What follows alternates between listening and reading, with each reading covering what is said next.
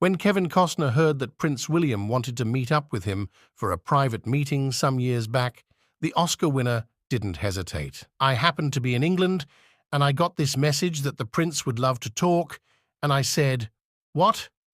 And then I went, 'Okay.'" Costner recalls.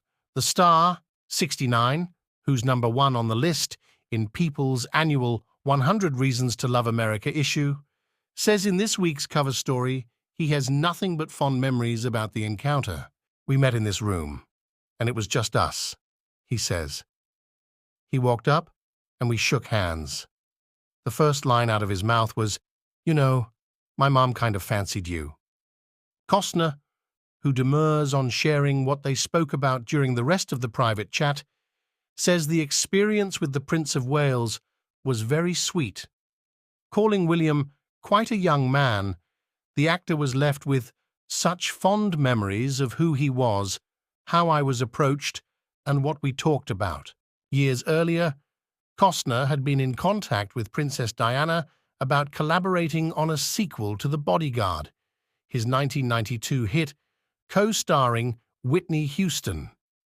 There was a moment that was really flying down the tracks, very quietly, because it's how I operate, says Costner, who had been introduced to Princess Diana by Sarah Ferguson. "It was so sweet. Sarah was the one that set this up. Sarah was very cool when she could have been going, 'Well, I'm a princess too. What about me?' She didn't do that at all.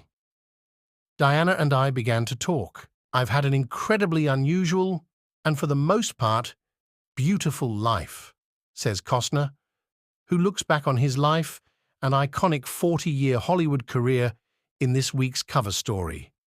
The star of classics like The Untouchables, Dances with Wolves, and Field of Dreams is also looking forward.